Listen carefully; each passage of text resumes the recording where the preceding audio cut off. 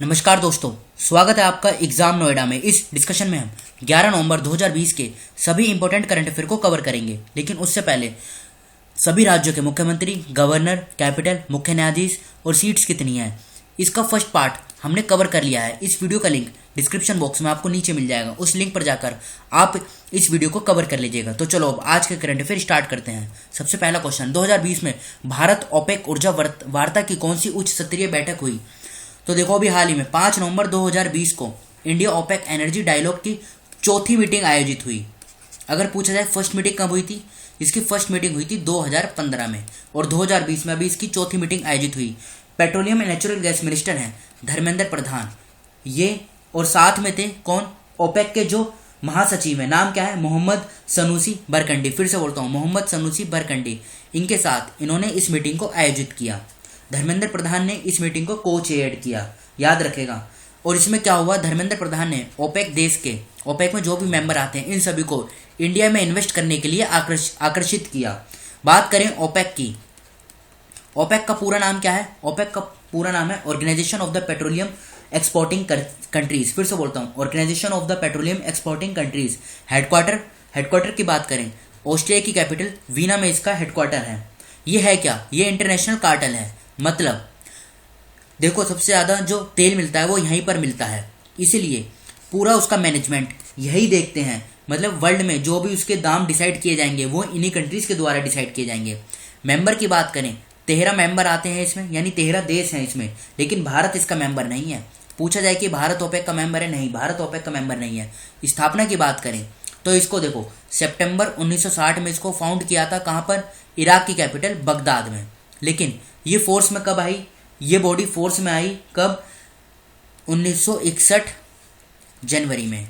याद रखेगा, date exam में पूछी जाती है कि फोर्स की भी और कब ये बनी थी, तो ज़्यादातर तो फोर्स में पूछा जाता है। तो ये बॉडी फोर्स में आई जनवरी 1961 में। बढ़ते हैं अगले क्वेश्चन की तरफ।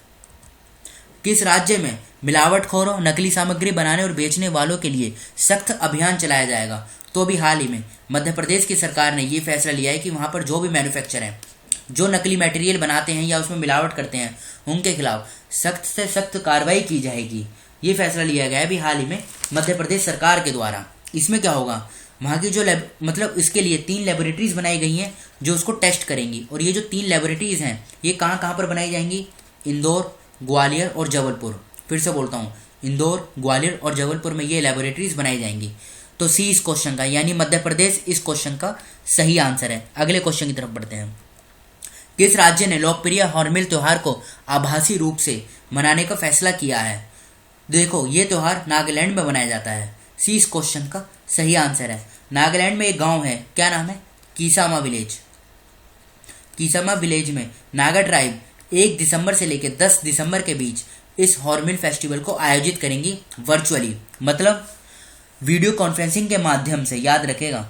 और इसमें क्या होगा, जो नागा ट्राइब हैं उनके कल्चर, उनके फूड, कस्टम, हेरिटेज, इन सबको दर्शाया जाता है। बढ़ते हैं अगले क्वेश्चन की तरफ। महिलाओं के लिए योजनाओं में तेजी लाने और मौजूदा योजनाओं में समस्याओं को दूर करने के लिए किस राज्य के मुख्यमंत्री कार्यालय में एक विशेष सेल का गठन किया जाएगा? देखो, महाराष्ट्र का जो चीफ मिनिस्टर ऑफिस है वहीं पर ये स्पेशल सेल गठित किया जाएगा। देखो, अभी महाराष्ट्र में जो स्कीम्स चल रही हैं, यानी रनिंग में है या फिर जो आगे लॉन्च होंगी, इनमें वो स्टेप लिए जाएंगे जो महिलाओं के हित में होंगे। मतलब एक तरीके से वुमेन को एम्पावर किया जाएगा और उनके प्रति, मतलब उनसे जुड़ी जो भी समस्याएं हैं इन स्कीम में, उन सभी को जल्द से जल्द सोल्व किया जाएगा। तो इस क्वेश्चन का ए, महाराष्ट्र सही आंसर है। अगले क्वेश्चन की तरफ बढ़ते हैं। युद्ध और सशस्त्र संघर्ष में पर्यावरण के शोषण को रोकने के लिए अंतर्राष्ट्रीय दिवस कब मनाया जाता है? देखो, यूएनजीए, नाम क्या है? United nation general assembly. लिख देता हूँ। यूएनजीए ने 2001 में ये घोषणा की थी कि हर साल 6 नवंबर को international day for preventing the exploitation of the environment in war and armed conflict ये मनाया जाएगा। इसका मकसद क्या होता है? मकसद ये होता है कि वर्ल्ड के किसी भी हिस्से में, कहीं पर भी किसी भी तरीके की सिचुएशन हो या युद्ध छिड़ जाए या कुछ भी हो, तो उसमें जो फर्स्ट प्रायोरिटी दी जाएगी वो एनवायरनमेंट को दी जाएगी। मतलब एनवायरनमेंट को उस युद्ध से किसी प्रकार का नुकसान ना हो। बात करें दूसरे ऑप्शन की, 5 नवंबर को क्या मनाया जाता है? 5 नवंबर को मनाया जाता है वर्ल्ड सुनामी डे। 7 नवंबर को मनाया जाता है नेशनल कैंसर अवेयरनेस डे, और 9 नवंबर को बनाया जाता है नेशनल सर्विस लीगल डे। तो इस क्वेश्चन का क्या आंसर है? इस क्वेश्चन का बी आंसर सही है। बढ़ते हैं अगले क्वेश्चन की तरफ। ओएनजीसी विदेश लिमिटेड ओवीएल के प्रबंध निदेशक और मुख्य कार्यकारी सीईओ के रूप में किसे नियुक्त किया गया है? ए के गुप्ता को अभी हाल ही में ओएनजीसी विदेश लिमिटेड का एमडी मैनेजिंग डायरेक्टर और सीईओ यानी चीफ एग्जीक्यूटिव ऑफिसर अपॉइंट किया गया है। जॉन बिडेन की बात करें, ये भी हाल ही में अमेरिका के 46वें राष्ट्रपति बने हैं।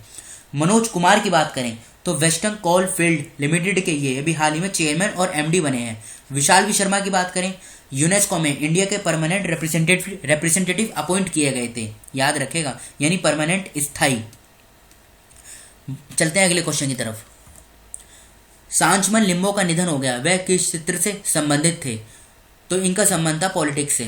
क्यों? क्योंकि ये देखो सिक्किम के चौथे चीफ मिनिस्टर रह चुके हैं और ये 179 डेज के लिए मुख्यमंत्री बने थे सिक्किम के।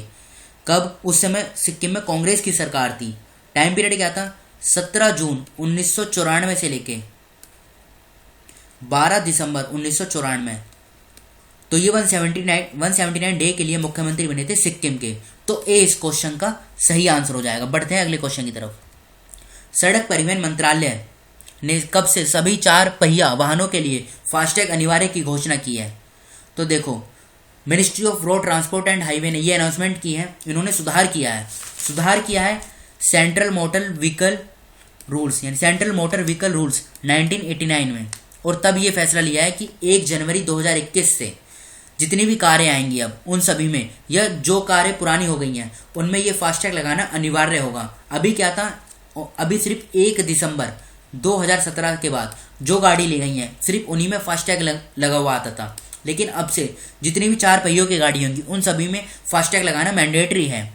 और ये कब से होगा स्टार्ट? 1 जनवरी 2021 में। फास्टैग क्या होता है? ये कोई टोल है, यहाँ से कोई गाड़ी निकलती है, क्रॉस करती है, तो यहाँ पर टोल के ऊपर सेंसर लगा होगा और गाड़ी में जो फास्टैग लगा होगा इससे ये पैसे अपने आप कट हो जाएंगे सेंसर के माध्यम से, याद रखेगा। जिससे क्या होगा? फायदा ये होगा कि किसी भी टोल प्लाजा पे ट्रैफिक नहीं लगेगा, जो लंबी लंबी कतार लग जाती है जाम की, फिर वो समस्या नहीं पैदा होगी। अब बढ़ते हैं अगले क्वेश्चन की तरफ। नवंबर 2020 प्रधानमंत्री ने कहां लगभग 614 करोड़ रुपए की विभिन्न विकास परियोजनाओं का उद्घाटन और शिलान्यास किया है? तो भी हाल ही में प्रधानमंत्री नरेंद्र मोदी जी ने उनका जो अपना संसदीय क्षेत्र है वाराणसी, उत्तर प्रदेश में स्थित है वाराणसी, यहीं से ये 614 करोड़ रुपए की विभिन्न विकास परियोजनाओं का उद्घाटन और शिलान्यास किया है। वाराणसी उत्तर प्रदेश में स्थित है। देखो इस प्रकार के क्वेश्चन एग्जाम में कम पूछे जाते हैं, लेकिन कुछ छोड़ नहीं सकते, इसलिए सभी क्वेश्चनों को कवर करना जरूरी है। अब हम उन राज्यों के बारे में कुछ बेसिक इन्फॉर्मेशन कवर करेंगे जिनके बारे में इस वीडियो में डिस्कशन हुआ है। जैसे उत्तर प्रदेश की कैपिटल क्या है? लखनऊ। मुख्यमंत्री की बात करें योगी आदित्यनाथ, गवर्नर है आनंदीबेन पटेल और यही अभी एमपी की भी गवर्नर है। 75 जिले हैं, लोकसभा की 80 सीटें हैं, राज्यसभा की 31, विधानसभा की 403, विधान परिषद की 100। हाईकोर्ट की बात करें इलाहाबाद में इसकी हाईकोर्ट है और मुख्य न्यायाधीश हैं गोविंद माथुर। बाउंड्री की बात करें 8 राज्यों के साथ लगती है और 1 यूटी के साथ लगती है। 8 राज्य कौन से हैं? उत्तराखंड, हरियाणा, राजस्थान, मध्य प्रदेश, बिहार, झारखंड, छत्तीसगढ़ और हिमाचल प्रदेश। केंद्र शासित प्रदेश की बात करें तो यह है दिल्ली। महाराष्ट्र की बात करें कैपिटल क्या है? कैपिटल है मुंबई। मुख्यमंत्री कौन है महाराष्ट्र के? मुख्यमंत्री हैं उद्धव ठाकरे। गवर्नर भगत सिंह कोश्यारी। 36 जिले हैं, लोकसभा की 48 सीटें हैं, राज्यसभा की 19, विधानसभा की 288, विधान परिषद की 78। हाईकोर्ट की बात करें बॉम्बे हाईकोर्ट है, मुख्य न्यायाधीश हैं दीपांकर दत्ता। देखो महाराष्ट्र, गोवा और ये DNHDD ये क्या है? Dadar and Nagar Haveli, Daman and Diu. ये यूटी है। महाराष्ट्र और गोवा इन तीनों की जो जुरिस्डिक्शन है ये बॉम्बे हाईकोर्ट के अंतर्गत आती है। बाउंड्री की बात करें 6 राज्यों के साथ इसकी बाउंड्री टच होती है, गुजरात, मध्य प्रदेश, छत्तीसगढ़, तेलंगाना, कर्नाटका और गोवा। फिलहाल इस डिस्कशन को हम यहीं पर रोकते हैं। जो स्टूडेंट चैनल पर फर्स्ट टाइम विजिट कर रहे हैं वो इस चैनल को सब्सक्राइब कर लीजिए, जिससे नई वीडियो अपलोड होते ही उसका सबसे पहले नोटिफिकेशन आपको मिल सके। तो फिलहाल इस डिस्कशन को हम यहीं पर रोकते हैं। Thank you.